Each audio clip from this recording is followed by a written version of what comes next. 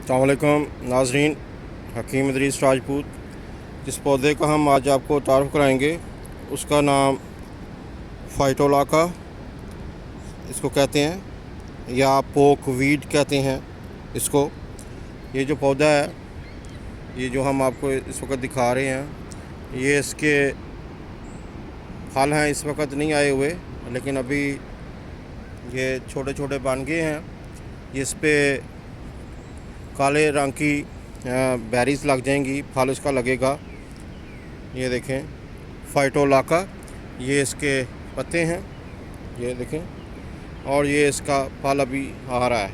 ये इसकी ये जो फल इसका है, इसको पक जाएगा जब, तो ये काले रंग की बेर की तरह की चीज़ें बन जाएंगी जिसमें जूस होता है।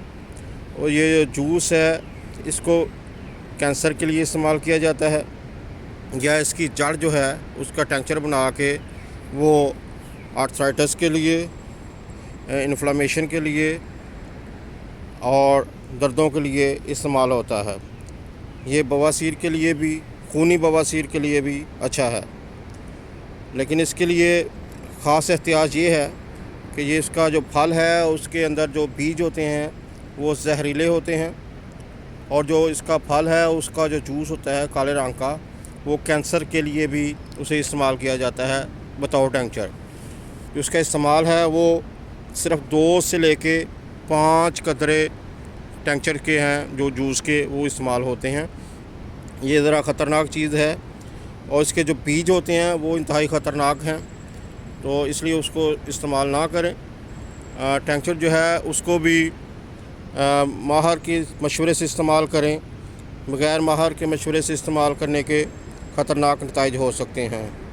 ये देखें, ये इसके निशानी जो है, ये अभी इसका फल नहीं आया, पका नहीं है, ये अभी कच्चा है। ये इसके फूल आए हुए हैं और इस तरह के ये इसके लंबे पत्ते हैं। ये जो जड़ है, इसका टेंचर खुश्क करके इसको इस्तेमाल किया जाता है। जो ताज़ा जड़ होती है वो ख़तरनाक होती है, इसलिए इसको बड़े एहतियात से इस्तेमाल करना चाहिए। ये खून सफाई के लिए बहुत अच्छी चीज़ है जो कैंसर को ख़त्म करती है। तो ये जो आपको पौधे का तारुफ़ कराया गया है, फ़ाइटोलाका या पोक वीड, उम्मीद है अब आप इसको अच्छी तरह शिनाख्त कर सकते हैं। इसी के साथ हकीम इदरीस राजपूत को इजाज़त दीजिए। अल्लाह हाफ़िज़।